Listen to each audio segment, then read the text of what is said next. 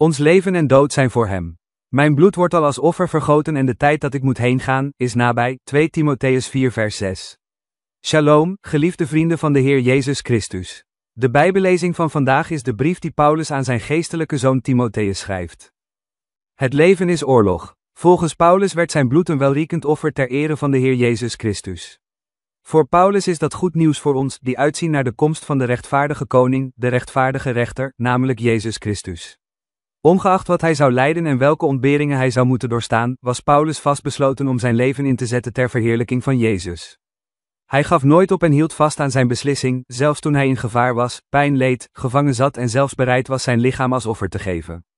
Ook al is de weg van Jezus de weg van het kruis, een weg vol lijden, de schoonheid van de weg van Jezus is werkelijk ondoorgrondelijk. Ik nodig de Heer Christian Suharto van Battera Rayawali Nusantara, Baranes, uit om de lofzang op de prachtige familie van de oude, Kiesje, Battera Katsi te vergezellen en de volgende lofzang te zingen. Jouw wegen zijn ondoorgrondelijk. Door ieder van onze harten. Maar één ding geloof ik. Er is een prachtig plan. Jouw liefde is onverwacht, geweldig en groot voor mij. De betekenis van jouw aanwezigheid altijd. Echt in mijn leven. Ref, je opname is perfect. Jouw plannen zijn vol vrede. Veilig en zeker, zelfs midden in een storm. Ik wil altijd samen zijn. Voel de schoonheid. De betekenis van uw aanwezigheid, Heer. De apostel Paulus had een duidelijke ambitie, hij was een man met een sterk karakter, hij legde uit in zijn brief aan de Filippenzen, Christus zal verheerlijkt worden in mijn lichaam, hetzij door leven of door dood, Filippenzen 1 vers 20. Sommigen van ons kunnen misschien niet zien hoe Jezus verheerlijkt kan worden in ons lichaam. Zowel levend als dood. Wij denken misschien dat dit alleen kan gebeuren als wij vervolgd worden, omdat wij vasthouden aan ons geloof in Jezus. Nee, terwijl we schrijven, kunnen we Jezus met onze handen opheffen, net zoals we deze persoonlijke overdenking schreven om troost of bemoediging te vinden. Onze voeten kunnen Jezus optillen als we eenvoudige dingen doen om anderen te helpen. Onze stemmen kunnen Jezus verheerlijken als wij getuigen en hem prijzen, zoals VG Kiesje, Keluarga Indayuje, dat doet. Onze harten kunnen Jezus verheerlijken wanneer wij in gebed in zijn naam bidden.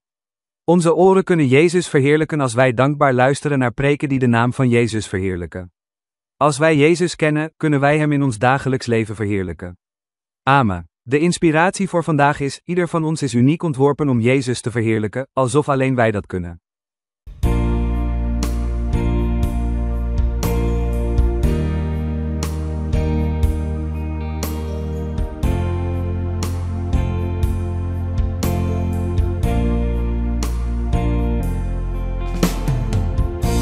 Jalanmu tak terselami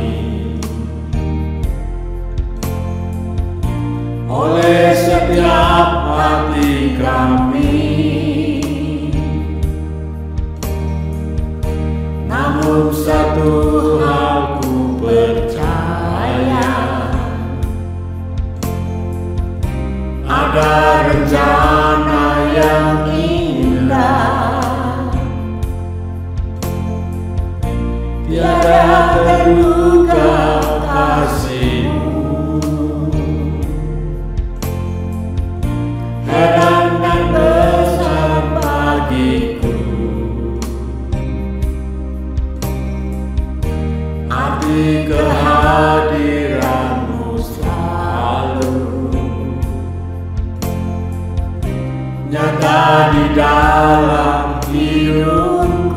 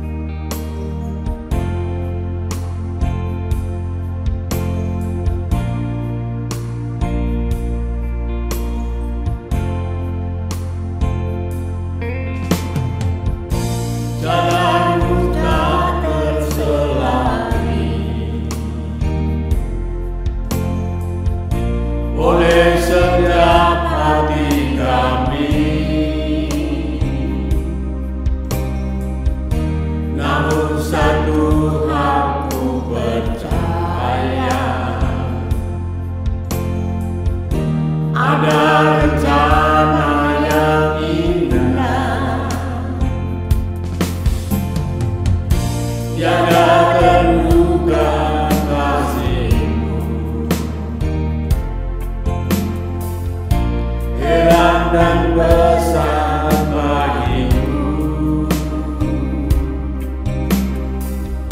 Hati kehadiranmu selalu nyata